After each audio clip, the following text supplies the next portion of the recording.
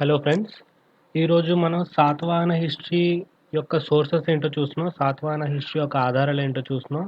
అందులో foreign literary sources అంటే foreign authors రాసిన బుక్స్ ఆధారంగా మనకి దొరికిన శాతవాహన హిస్టరీ ఏంటో చూద్దాం. అందులో మొట్టమొదటిగా న్యాచురల్ హిస్టరీ. Natural history. ఈ న్యాచురల్ హిస్టరీ అనే బుక్ రాసింది ప్లీనీ. ఆథర్ ప్లీనీ అన్నమాట. ఇతను రోమ్ దేశానికి చెందినవాడు. ఈ ప్లీనీ రాసిన న్యాచురల్ హిస్టరీలో మనకి శాతవాహనులకి రోమన్ దేశానికి మధ్యలో ఉన్న వ్యాపార వర్తక వివరాలు మనకి తెలియజేస్తుంది అనమాట. సో ట్రేడ్ గురించి మోస్ట్లీ ట్రేడ్ గురించి మనకి ఈ బుక్ న్యాచురల్ హిస్టరీ అనే బుక్ మనకి చెప్తుందన్నమాట. అంతేకాకుండా ప్లీనీ ఇందులో ఏమన్నాడంటే రోమ్ దేశానికి చెందిన బంగారం అంతా కూడా అంటే రోమన్ దేశం యొక్క గోల్డెన్ కాయిన్స్ అన్నీ కూడా భారతదేశానికి డ్రైన్ అయిపోతున్నాయి. అంటే భారతదేశంతో వ్యాపారం చేయడం వల్ల రోమ్లో ఉన్న బంగారం అంతా కూడా భారతదేశానికి వెళ్ళిపోతుంది అని చెప్పి ప్లీనీ ఇందులో అన్నాడనమాట. డ్రైన్ ఆఫ్ రోమన్ గోల్డ్ అని చెప్పి ప్లీనీ ఈ న్యాచురల్ హిస్టరీ అనే బుక్లో పేర్కొన్నాడు అనమాట. సో రెండో బుక్ మనం చూడబోతుంది Periplus of Erythraean Sea. Periplus of Erythraean Sea. So ఈ పెరిప్లస్ ఆఫ్ ఎరిథ్రియన్సీ అనే బుక్ రాసింది ఎవరో మనకి తెలీదు. సో అన్నోన్ ఆథర్ అనమాట. Unknown author. ఈ బుక్ రాసింది ఎవరో తెలీదు. సో ఈ బుక్లో మనకి ఏమేమి ఉన్నాయంటే శాతవాహనుల యొక్క పోర్ట్స్, ఏ పోర్ట్స్ ఉన్నాయి, అండ్ వీళ్ళు ఇంకా ట్రేడ్ ఎవరెవరితో ఏం ట్రేడ్ చేసేవారు, ఏ ఏ ఐటమ్స్ ట్రేడ్ చేశారు అని చెప్పి వివరాలు మనకి ఈ పెరిప్లస్ ఆఫ్ ఎరిథ్రియన్సీ అనే బుక్లో ఉన్నాయన్నమాట. అయితే ఇందులో చెప్పిన పోర్ట్స్ కొన్ని ఏంటంటే అరికిమేడు పోర్ట్ ఒకటి, అరికిమేడు పోర్ట్ గురించి ఉంది. కొడ్డూరు అనే పోర్ట్. ఈ పోర్టుల గురించి ఇంకా కొన్ని పోర్టుల గురించి మనకి దీనిలో ఉన్నాయన్నమాట. అంతేకాకుండా ఈ బుక్లో ఇంకో విషయం ఏంటంటే శాతవాహనకి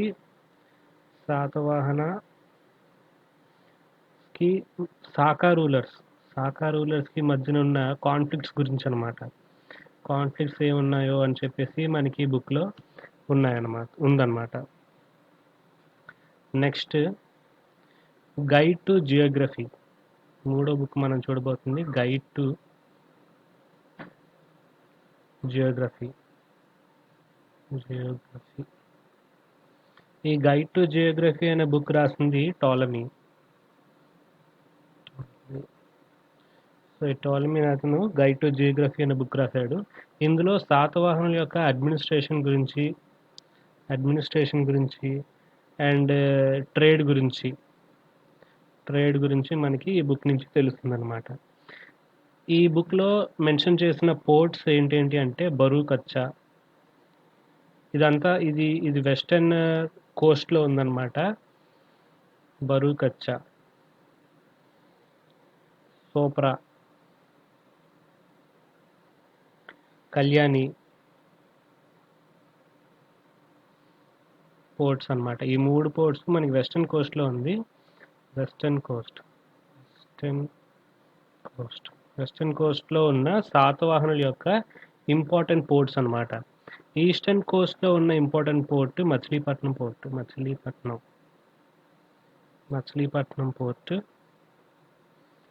ఈస్టర్న్ కోస్ట్లో ఉంది. సో వీటి గురించి ఇన్ఫర్మేషన్ మనకి గైడ్ టు జియోగ్రఫీ అనే బుక్లో టాలమీ ఇచ్చాడనమాట. ఫోర్త్ మనం చూడబోతుంది సియుకి. ఈ బుక్ రాసింది హ్యూయిన్సాంగ్. ఇతను ఎవరు అంటే చైనా దేశానికి చెందిన ఒక యాత్రికుడు అనమాట. 7వ శతాబ్దంలో ఇతను ఇండియాకి విజిట్ చేశాడనమాట. ఇండియాకి వచ్చాడనమాట. 7th century చైనీస్ ట్రావెలర్ హ్యూయిన్సాంగ్ అనమాట. ఇతను భారతదేశంలో కాశ్మీర్ నుంచి తమిళనాడు వరకు మొత్తం భారతదేశం అంతా కూడా ఈ పర్యటన చేశాడు. అండ్ చాలా ఇన్ఫర్మేషన్ మనకి ఇతను రాసిన ఈ బుక్ నుంచి మనకి శాతవాహనుల గురించి ఉందన్నమాట. సో ఫైనల్గా మనం చూడబోతున్న పుస్తకం ఏంటంటే మెగాస్థెనీస్ రాసిన ఇండికా అన్నమాట. సో ఇండికా ఇండికా అనే బుక్ రాశాడు. ఎవరు అంటే మెగాస్థెనీస్. ఈ మెగాస్థెనీస్ ఎవరు అంటే గ్రీక్ అంబాసిడర్ అన్నమాట. ఇండియా మౌర్యన్ కోర్ట్లో ఉన్న Greek ambassador. Greek ambassador Greek ambassador in Mauryan court. So ఇతను రాసిన ఇండికా అనే పుస్తకంలో ఆంధ్రదేశంలో ఆంధ్రాస్ ఎవరైతే ఉన్నారో వాళ్ళు మిలిటరీలీ మౌర్యాస్ తర్వాత మోస్ట్ పవర్ఫుల్ వీళ్ళే. అంటే మౌర్యాస్ తర్వాత మిలిటరీలీ మోస్ట్ పవర్ఫుల్ ఆంధ్రాస్ అని చెప్పేసి ఇండికాలో రాశాడనమాట.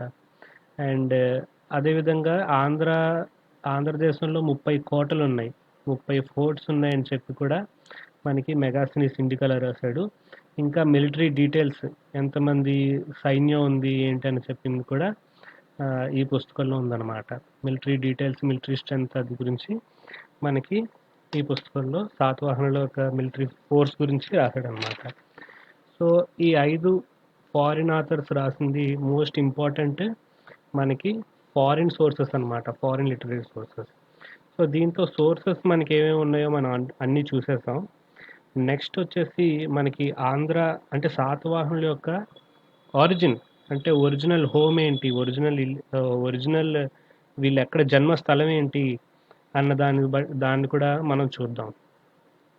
Origin of Satavahanas. సో అయితే ఇందులో కూడా మనకి కొంతవరకు కాంట్రవర్సీ ఉంది. కాకపోతే మోస్ట్ ఆఫ్ ది హిస్టోరియన్స్ ఒప్పుకునేది ఏంటంటే శాతవాహనుల యొక్క ఒరిజినల్ హోమ్ అంటే జన్మస్థలం ఏది అంటే కృష్ణా గోదావరి డెల్టా. ఈ కృష్ణా గోదావరి డెల్టా ఏదైతే ఉందో, గోదావరి డెల్టా ఏదైతే ఉందో అదే శాతవాహనుల యొక్క జన్మస్థలం అని మోస్ట్ ఆఫ్ ది హిస్టోరియన్స్ అంటారనమాట. ఇది ఫస్ట్ ఈ థియరీని చెప్పింది ఎవరు అంటే విన్సెంట్ స్మిత్ అనే హిస్టోరియన్ ఈ థియరీని ఫస్ట్ చెప్పాడనమాట. ఈయన చెప్పిన దాంట్లో ఆధారాలు ఏంటంటే ఒకటి పురాణాస్లో మనకి ఆల్రెడీ మనం చూసాం, ఆంధ్రాస్ అని మెన్షన్ చేశారు, 30 రాజులు అన్నారు. ఆ 30 రాజుల పేర్లు కూడా శాతవాహన రాజుల పేర్లతో మ్యాచ్ అయ్యాయి అనమాట. సో ఈ పురాణాస్ అండ్ మనం ఇప్పుడే చూసాం ఇండికాలో రాసింది ఆంధ్రాలో 30 కోటలు ఉన్నాయని చెప్పి రాసింది. అదేవిధంగా కాయిన్స్ ఆఫ్ సీముక మనకి ఎక్కడ దొరికాయంటే ఆంధ్రాలో, తెలంగాణలో మనకి సీముక ఒక కాయిన్స్ దొరికాయి అనమాట. సో వీటన్నిటిని బేస్ చేసుకుని విన్సెంట్ స్మిత్ శాతవాహనుల యొక్క జన్మస్థలం కృష్ణా గోదావరి డెల్టా అని చెప్పాడనమాట. రెండోది కాదు ఇది బెల్లారి, వీళ్ళది జన్మస్థలం బెల్లారి అని చెప్పి ఎవరన్నారంటే విఎస్ సూక్తంకర్ అనే హిస్టోరియన్ ఎవరంటే బెల్లారి అన్నాడు. ఈయన బెల్లారి అనడానికి ఆధారం ఏంటి అని అడిగితే ఈయన ఏమన్నాడంటే మ్యాకధోని శాసనం, మ్యాకధోని ఇన్స్క్రిప్షన్ అండ్ పల్లవాస్ యొక్క కాపర్ ప్లేట్ అనమాట. పల్లవాస్ యొక్క కాపర్ ప్లేట్స్ ఈ రెండు కూడా మనకి ఎక్కడ దొరికాయి అంటే బళ్ళారిలో దొరికాయి. సో ఈ మ్యాకధోని శాసనం ఇంకా ఈ కాపర్ ప్లేట్స్ ఇవన్నీ కూడా మనకి బెల్లారిలో దొరికాయి కాబట్టి వీళ్ళు బెల్లారికి చెందిన వాళ్ళు అని చెప్పి ఈ సుక్తంకర్ అంటే కాదు బెల్లారిలో మ్యాకధోని శాసనం దొరికిన మాట నిజమే, కానీ ఆ బెల్లారి శాసనం వేయించింది ఎవరు అంటే మూడో పులోమావి. ఈ మూడో పులోమావి ఎవరు అంటే శాతవాహనుల యొక్క చివరి రాజు. సో 400 సంవత్సరాల తర్వాత మూడో పులోమవి వస్తాడు. అంటే శాతవాహనులు స్థాపించిన 400 సంవత్సరాల తర్వాత మూడో పులోమావి వస్తాడనమాట. సో ఆ చివరి రాజు యొక్క శాసనం బెల్లారిలో దొరికిందని చెప్పేసి వాళ్ళ జన్మస్థలం బెల్లారి అనడం సరికాదని చెప్పి చాలామంది హిస్టోరియన్స్ ఈ బెల్లారి థియరీని కొట్టిపారేశారనమాట. సో మూడో వాదన ఏంటి అంటే మహారాష్ట్రకి శాతవాహనులు మహారాష్ట్రకు చెందిన వాళ్ళని చెప్పేసి ముఖ్యంగా చెప్పిన హిస్టోరియన్ ఎవరు అంటే పిటి శ్రీనివాస అయ్యంగార్. పిటి శ్రీనివాస అయ్యంగార్ అనమాట. సో ఈయన ఏమన్నాడు, ఎందుకు మహారాష్ట్రకు చెందిన వాళ్ళంటే ఈ శాతవాహనుల శాసనం ఏది కూడా తెలుగులో లేదు. శాసనం ఇన్స్క్రిప్షన్స్ తెలుగులో లేదు, ప్రాకృతంలో ఉన్నాయి. సో వీళ్ళు అందుకని వీళ్ళు తెలుగు వాళ్ళు కాదు, ఆంధ్ర వాళ్ళు కాదు, వీళ్ళు మహారాష్ట్ర వీళ్ళ జన్మస్థలం అని చెప్పేసి శ్రీనివాస అయ్యంగార్ అంటున్నారు అనమాట. అయితే హిస్టోరియన్స్ ఏమంటున్నారంటే తెలుగు భాష అనేది ఈ శాతవాహనుల కాలం నాటికి పూర్తిగా ఎవాల్వ్ అవ్వలేదు, పూర్తిగా ఫామ్ అవ్వలేదు అనమాట తెలుగు భాష అప్పటికి. అందుచేత ప్రాకృత భాషనే రాజభాషగా వాడారు. అదేవిధంగా శాసనాల్లో కూడా ప్రాకృత భాషనే వాడారు. ఒకటి. రెండోది ఏంటి అంటే ఈ శాసనాల్లో ప్రాకృత భాష వాడింది కేవలం శాతవాహనులే కాదు, అశోకుడు కూడా ప్రాకృత భాషనే వాడాడు. అందువల్ల శాసనాల్లో ప్రాకృత భాష ఉన్నందున కారణం చేత మహారాష్ట్ర వీళ్ళ జన్మస్థలం, ఆంధ్ర కాదని చెప్పడం సరికాదని చెప్పి హిస్టోరియన్స్ ఈ థియరీని కూడా కొట్టిపారేశారనమాట. నాలుగోది ఫైనల్గా, శాతవాహనులు విదర్భకు చెందినవారు. అంటే విదర్భ కూడా ఇప్పుడు ప్రజెంట్ డే మహారాష్ట్రలోనే ఉంది అని చెప్పేసి వివి మిరాసి అనే హిస్టోరియన్ అన్నాడు అనమాట. ఈయన ఏ ఆధారంగా అన్నాడంటే హాతిగుంప